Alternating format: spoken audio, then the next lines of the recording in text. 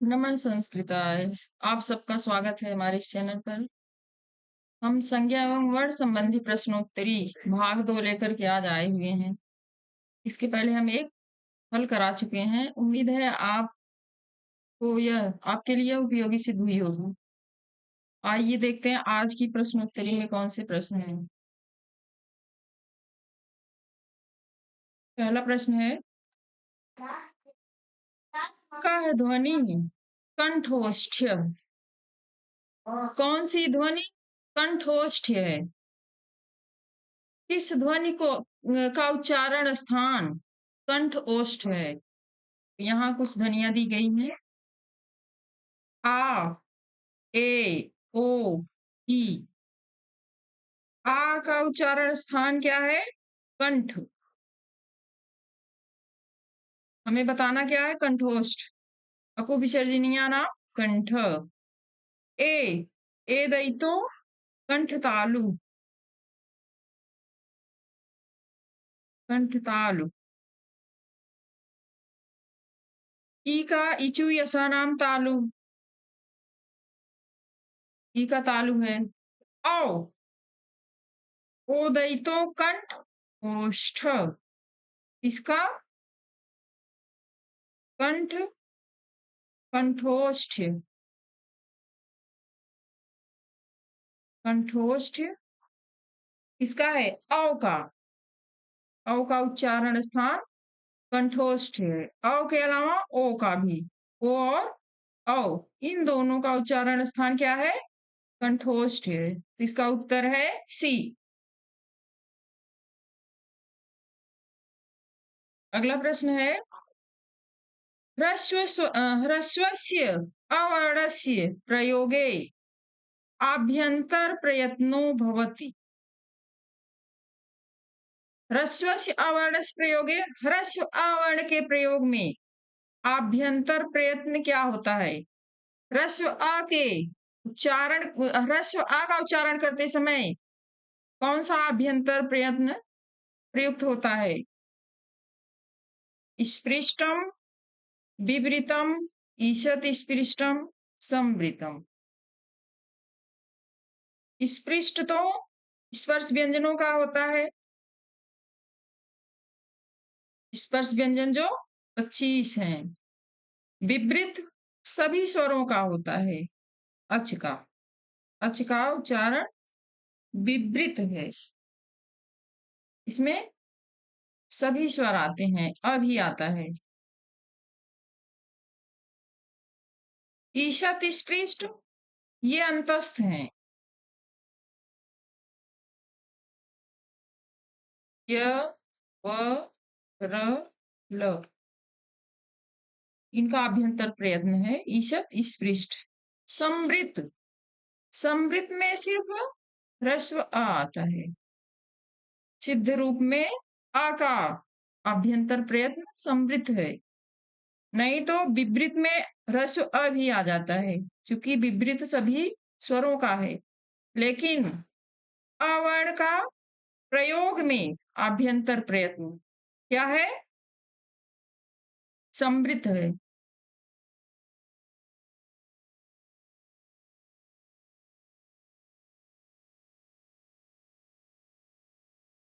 अगला प्रश्न,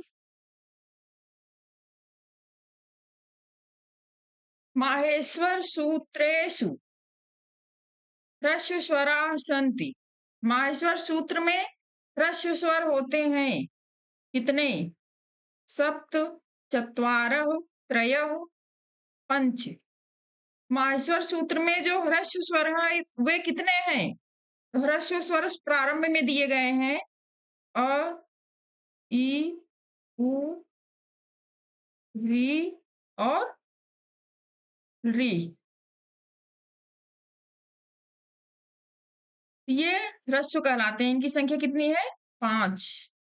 इसलिए इसका उत्तर है डी।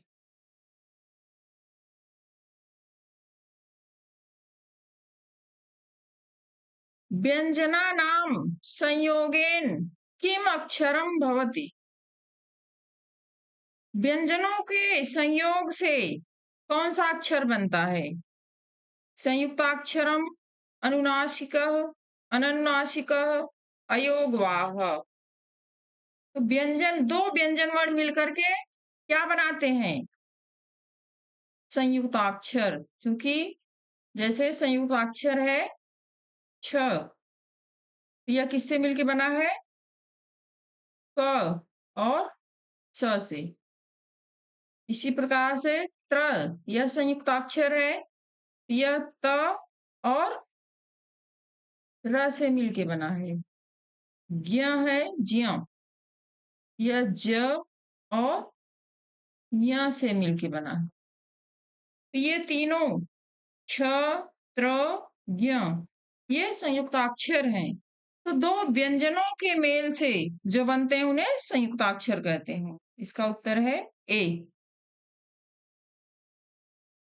अगला प्रश्न, निषेध विकल्पयोः का संज्ञा। निषेध और विकल्प की कौन सी संज्ञा होती है? तो निषेध विकल्पयोः देखते हैं, निष्ठा, सर्वनाम, निषेध, विभाषा। तो निष्ठा, निष्ठा संज्ञा का कवतु,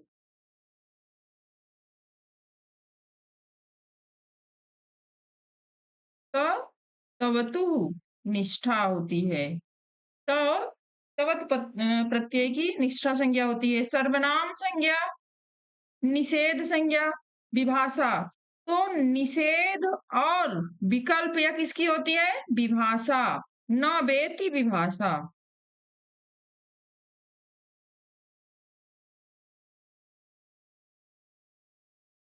न वेति विभाषा।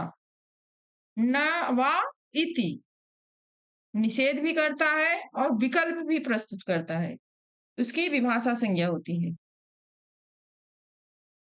अगला है, प्रत्याहारों में वर्णों की गणना करते समय हलंत वर्ण गिने जाते हैं, हलंत वर्ण छोड़ दिए जाते हैं।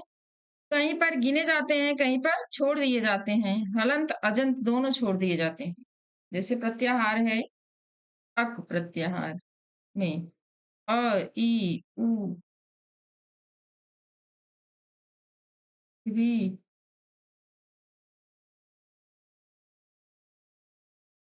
अ, ई, उ,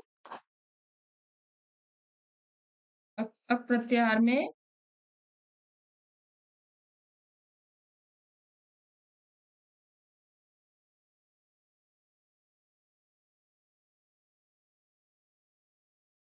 आ, ई, उ, रील, री, अक प्रत्याहार के अंतर्गत आता है ये। अक प्रत्याहार में देखेंगे तो आ, ई, उ, यहाँ बीच में क्या था? ड़, और रील, री के बाद क है। तो जब हम प्रत्याहार के वर्णों को गिनते हैं तो ये इत संज्ञक वर्ण जो है ये छोड़ दिए जाते हैं। तो इस प्रकार से अक प्रत्याहार में अ, ई, उ, रील, री, ये 5 वर्ण ही आते हैं। अगर इत संज्ञक को गिनते तो ये 6 आ जाते। तो इसका उत्तर क्या है? हलंत वर्ण छोड़ दिए जाते हैं। प्रत्याहारों में वर्णों की गणना करते समय हलंत वर्ण जो है वो छोड़ दिए जाते हैं, उनकी गिनती नहीं की जाती।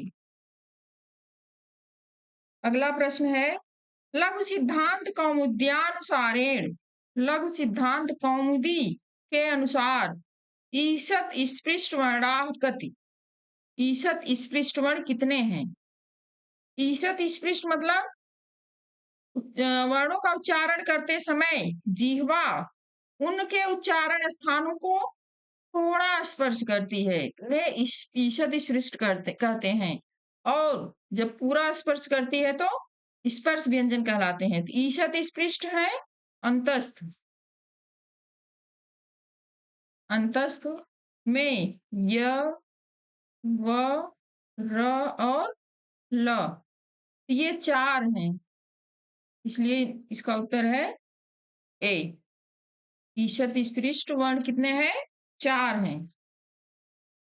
अगला प्रश्न, केषां वर्णानां उदात्त अनुदात्त स्वरित संज्ञा भवति। किन वर्णों की उदात्त अनुदात्त और स्वरित संज्ञा होती है? हल वर्णों की, स्वराणाम, उष्माणाम, अंतस्था नाम, मतलब अंतस्थ वर्णों की होती है या ऊष्म वर्णों की होती है या हल वर्णों की या स्वर वर्णों की। तो उदात्त, अनुदात्त और स्वरित तीन भेद स्वरों के होते हैं, स्वर वर्णों के। इसका उत्तर है उच्चैरुदात्त निच्चैर अनुदात्तः समाहार स्वरितः। ये स्वरों के भेद हैं, स्वरों के उच्चारण के अनुसार स्वरों का भेद उदात्त, अनुदात्त और स्वरित भी है, और एक भेद उनका अनुनासिक और अननुनासिक है। ह्रस्व दीर्घ प्लुत, उदात्त, अनुदात्त, स्वरित, अनुनासिक और अननुनासिक, इन तीन भेदों के आधार पर जो है ह्रस्व जो होते हैं, जो ह्रस्व दीर्घ प्लुत होते हैं, ये 18 भेद हो गए हैं। जिन वर्णों के ह्रस्व नहीं होते, दीर्घ और प्लुत होते हैं, उनके 12 भेद हो गए हैं। अगला प्रश्न, उपधमानीय नाम, यहाँ भरना है, क्या भरेंगे? तालु। उपधमानीय नाम तालु या उपधमानीय नाम मूर्धा या उपधमानीय नाम दंता। इसका सूत्र है उपधमानीय नाम ओष्ठौ। इसका उत्तर है यहाँ पर क्या होगा? ओष्ठौ।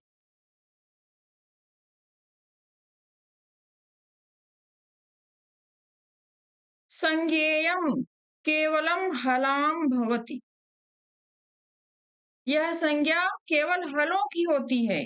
कौन सी संज्ञा है जो केवल हलों की होती है? इत संज्ञा, सवर्ण संज्ञा, संयोग संज्ञा या उदात्त संज्ञा। इत संज्ञा यह हलों की होती है, हलंत्यम सूत्र से या लसक व तद्धिते 6 सूत्र हैं जो इत संज्ञक हैं, इत संज्ञा करने वाले। तो लेकिन इसमें स्वर भी एक सूत्र है, उपदेशे अजनुनासिक इत। तो उपदेश अवस्था में जो अनुनासिक स्वर होता है उसकी भी इत संज्ञा होती है। तो इत संज्ञा करने वाला स्वर की भी इत संज्ञा होती है और व्यंजनों की भी होती है, तो ये नहीं है। सवर्ण संज्ञा, तुल्यास्य प्रयत्नम सवर्णम। तुल्य प्रयत्न, जिन वर्णों का अभ्यंतर प्रयत्न और उच्चारण स्थान समान हो, उनकी सवर्ण संज्ञा होती है। जैसे अकु विसर्जनीय नाम कंठ। तो अ, कवर्ग, ह और विसर्ग, इसमें देखिए व्यंजन वर्ण भी आ रहे हैं, स्वर भी आ रहा है, इनकी सवर्ण संज्ञा होती है। ये नहीं है, केवल यहाँ बता रहे हैं कि केवल व्यंजनों की संज्ञा होती है। संयोग संज्ञा, संयोग संज्ञा यह केवल व्यंजनों की होती है। हलानंतरा संयोग, स्वरों के व्यवधान से रहित व्यंजनों की संयोग संज्ञा होती है। यही उत्तर सही है।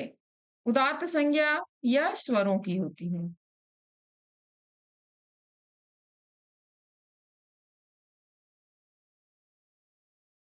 अगला प्रश्न है, स्वराणाम आभ्यंतर प्रयत्नम किम।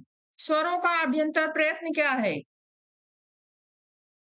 स्पृष्टम, ईशत स्पृष्टम, विवृतम, संवृतम। स्पृष्ट तो यह स्पर्शों का है, स्पर्श व्यंजन का।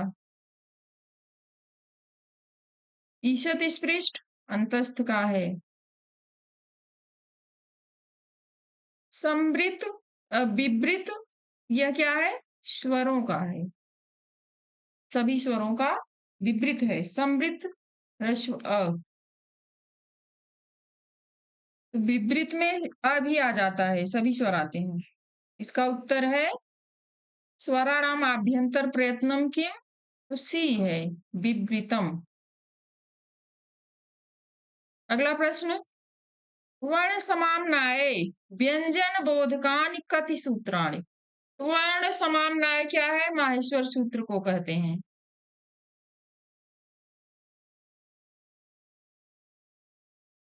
माहेश्वर सूत्र का दूसरा नाम वर्ण समाम्नाय है।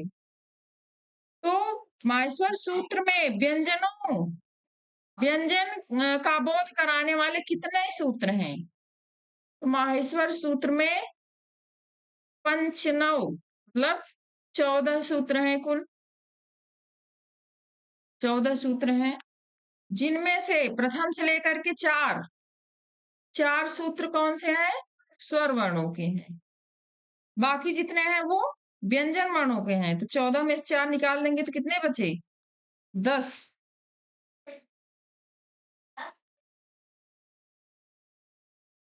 तो 10 हैं जो इसका उत्तर है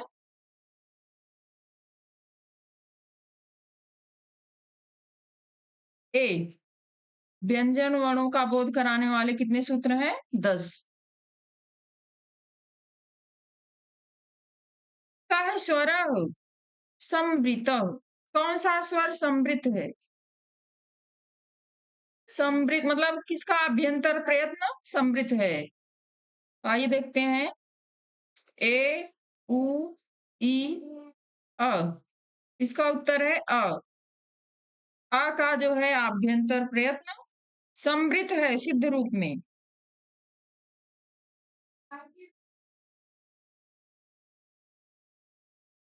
अर्धमात्र कालेन उच्चार्यमाणा वर्णा के किन वर्णों का उच्चारण अर्धमात्रा है? अर्धमात्रा का समय किन वर्णों के उच्चारण में आधी मात्रा का समय लगता है? या कौन से वर्ण है जो अर्धमात्रिक हैं? अयोगवाह, स्वराः, योगवाह, व्यंजनान। तो इसका उत्तर है डी। व्यंजनों की अर्धमात्रा होती है। व्यंजन अर्धमात्रिक होते हैं, इनकी आधी मात्रा होती है। व्यंजन जो है बिना स्वर के इनका उच्चारण नहीं किया जा सकता। व्यंजन शुद्ध रूप में अगर हम लिखेंगे तो कब ऐसा है, जब इनमें ह्रस्व अ जुड़ता है तब हम इनका उच्चारण कर सकते हैं।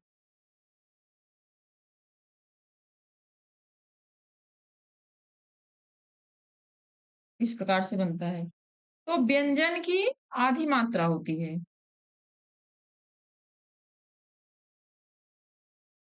इनमें प्रातिपदिक है गच्छति, जस, वनम, अहन।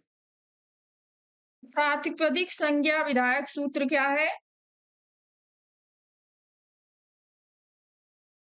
अर्थवद अधातु अप्रत्यय प्रातिपदिकम।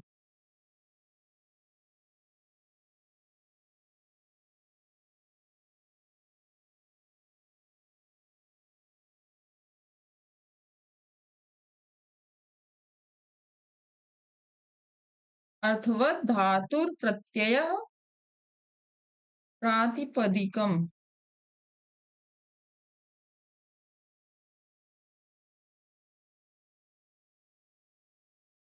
तो अर्थवत प्रातिपदिकम अगर हम कहें तो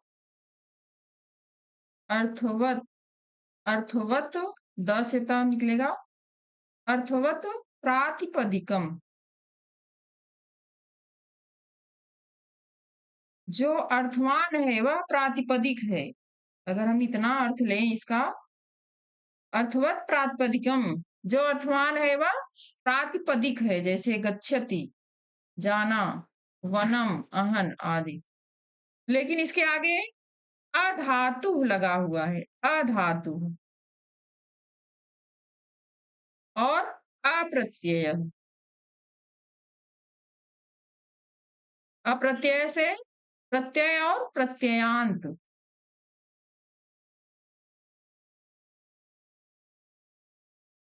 दोनों लिया जाएगा। तो अर्थवान हो, कोई भी शब्द जो अर्थवान हो वह प्रातिपदिक है, किंतु वह धातु ना हो और प्रत्यय या प्रत्ययांत ना हो। यहाँ देखते हैं गच्छति, यह क्या है? गच्छति गम धातु तिप प्रत्यय लगा है इसमें, यह तिगंत है। और एक सूत्र और आता है कृतब्धि समासाश्च। कृत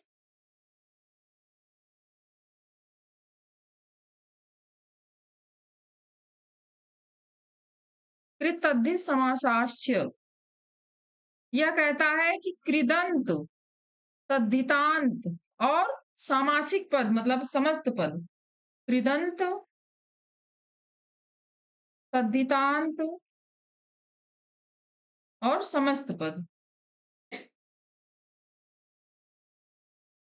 कृदंत, तद्धितांत और समस्त पद ये प्रातिपदिक कहलाते हैं। प्रातिपदिक कहलाते हैं। तो गम, गच्छति, गम धन तिप, यह कैसा है? तिगंत है। तिगंत है, तिंग प्रत्यय जुड़ा है। तो यहाँ क्या कह रहा है? कृदंत की प्रातिपदिक होती है जिनमें कृत प्रत्यय जुड़ा हो। तो यह गच्छति नहीं है। जस, यह क्या है? प्रत्यय है। सुओजस, सुप्रत्यय का है। सुप्रत्यय का बहुवचन। जस यह क्या है? प्रत्यय।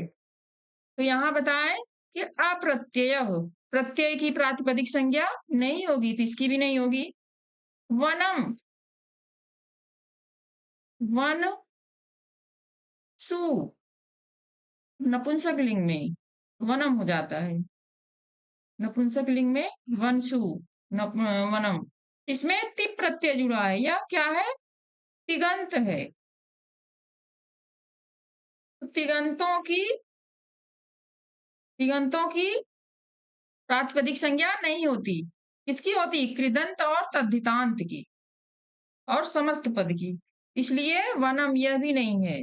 अहन, अहन का अर्थ होता है दिन। यह ना प्रत्यय है ना प्रत्यांत है। यह एक शब्द है जिसका अर्थ भी है दिन। तो अर्थवद प्रातिपदिकम, जो भी अर्थवान शब्द होगा उसकी प्रातिपदिक संज्ञा होगी। तो अहन इसका उत्तर है। अहन, अहन की प्रातिपदिक संज्ञा होगी। अगला प्रश्न है, ऋटुरषाणाम किम स्थानम? ऋटुरषाणाम तालु जिह्वा दंतः मूर्धा। तो ऋटुरषाणाम तालु, यह सूत्र है, इसका उत्तर है तालु। री टवर्ग र और स का उच्चारण स्थान क्या है? तालु है। दंत, ऋतु लसाम, ऋतु लसानाम दंतः। ऋतु रसाणाम मूर्धा। जिह्वा तो सभी के उच्चारण में प्रयुक्त होती है। जिह्वा जिस स्थान को छूती है उच्चारण करते समय, वही उच्चारण स्थान हो जाता है उस वर्ण का। तो इसका ऋतु रसाणाम किम नहीं, ऋतु रसाणाम मूर्धा होगा। सॉरी, गलत है। ऋतु रसाणाम मूर्धा, इसका है उत्तर। ताल तो होगा ऋतु लसा नाम दंता इचु यसा नाम तालु। ई च वर्ग य श, तालु दंत री ल और श, त वर्ग, ये आएंगे दंत में। मूर्धा ऋतु रसाणाम, री ट वर्ग र और श, ये इनका उच्चारण स्थान मूर्धा होगा।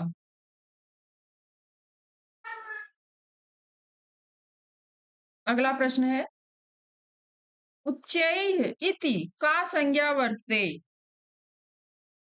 उच्चैः किसकी संज्ञा है? उच्चारणम, उदात्त, नदी ही। उच्चैः सूत्र है उच्चैः उदात्त, उच्चैः रुदात्त,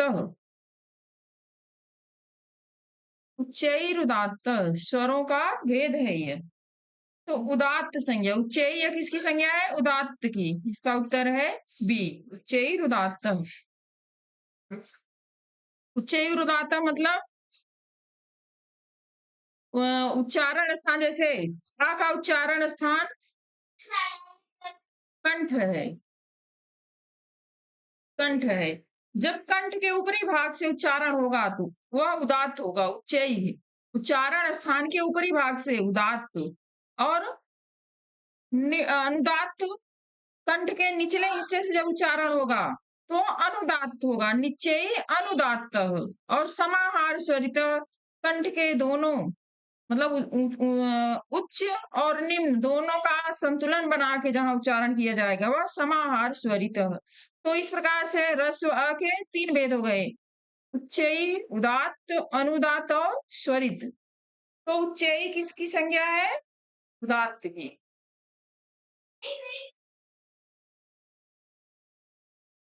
निष्ठा प्रत्यया कति। निष्ठा विधायक जो सूत्र है उससे कौन किन किन प्रत्ययों का बोध होता है? कितने प्रत्ययों का? तो 2, 3, 4, 5। तो निष्ठा प्रत्यय विधायक सूत्र क्या है? तो तवतु निष्ठा ता और तवतु, ता और तवतु 2 प्रत्यय है, पहला है त, दूसरा है तवतु। इस प्रकार से यहाँ 2 प्रत्ययों का बोध हो रहा है। तो निष्ठा विधायक कितने प्रत्यय है? निष्ठा संज्ञा विधायक 2, ता और तवतु। इसका उत्तर है ए।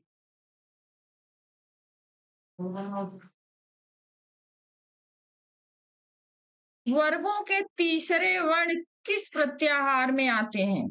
वर्गों का जो तीसरा वर्ण होता है वह किस प्रत्याहार में आता है? आइए देखते हैं। हस प्रत्याहार,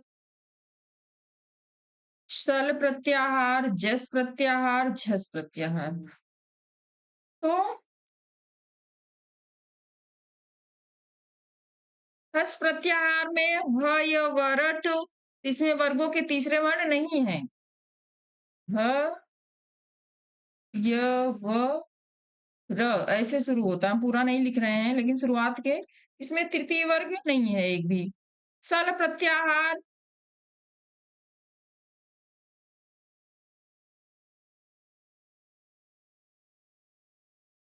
स, स, श और र आएगा। इसमें भी तृतीय वर्ग नहीं है, इसमें भी नहीं है। जस प्रत्याहार ज, ब, ग, ड, द, जबगढ़ द। तो ये तृतीय वर्ण का समुदाय है, ये जस प्रत्याहार में आता है। तो उत्तर है सी। झस प्रत्याहार में भी नहीं, झब घर ध, जब गढ़ ध। इसमें चतुर्थ वर्ण भी आते हैं। इस प्रकार से तृतीय वर्ग, प्रत्येक वर्ग का तीसरा वर्ण किस प्रत्याहार में आता है? जस प्रत्याहार में।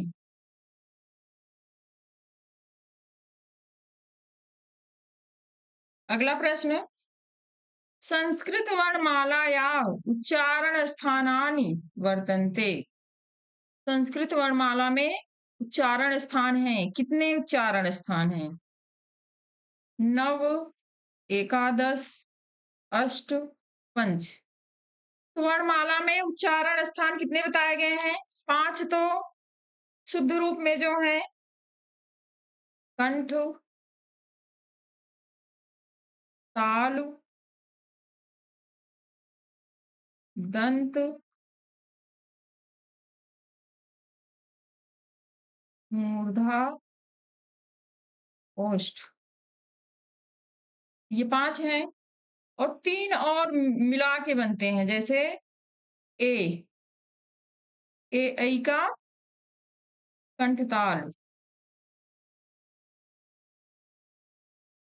ए ऐ का उच्चारण स्थान कंठताल, ओ औ का ओ औ का कंठोष्ठ,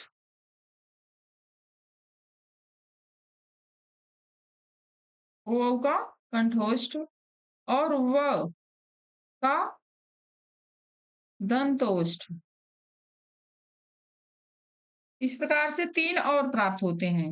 ये 3, ये 5 और 3 मिला के कुल कितने हुए? 8। उच्चारण स्थान कितने हो जाते हैं? 8।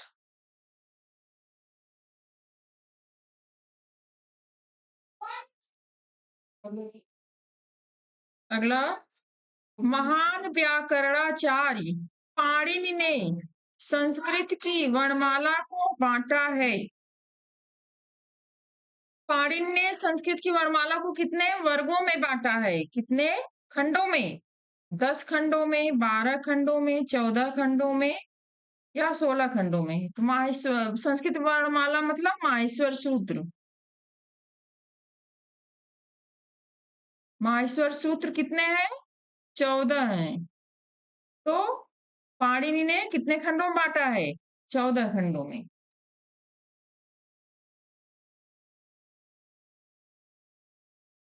अगला प्रश्न, विभाषा संज्ञकौ स्तः। विभाषा संज्ञक है, किसकी विभाषा संज्ञा होती है? न वा अधिपरि सत्रिशानच च इति। न वा न वेति विभाषा, न वेति विभाषा। तो अगर इसको तोड़ेंगे तो न वा इति, न वा, ये विभाषा संज्ञक है। इसका उत्तर है ए। अगला प्रश्न, पाणिनि के अनुसार प्रातिपदिक का लक्षण है।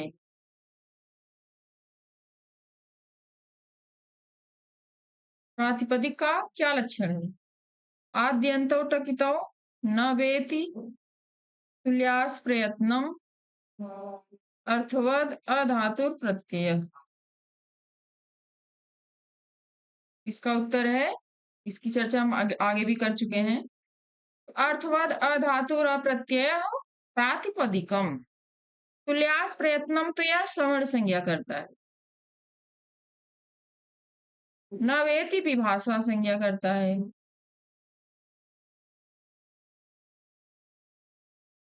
इस प्रकार से इसका उत्तर डी है। अगला प्रश्न है, आ के अलावा अन्य दो वृद्धि संज्ञक वर्ण किस प्रत्याहार में आते हैं?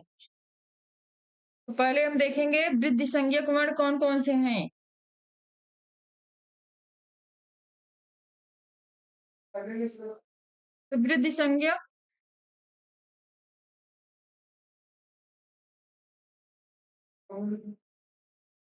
पहले उसका सूत्र लिखते हैं। वृद्धिराद ऐच,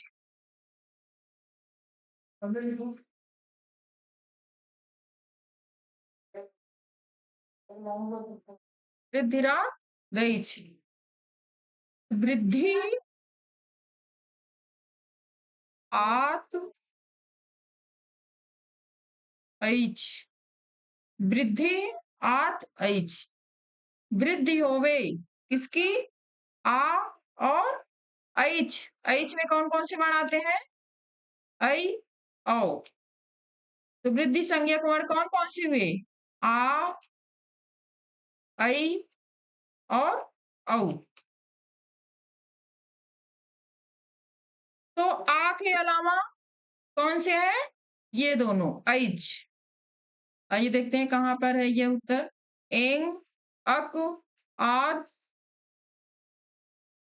ऐच। इसका उत्तर ऐच है।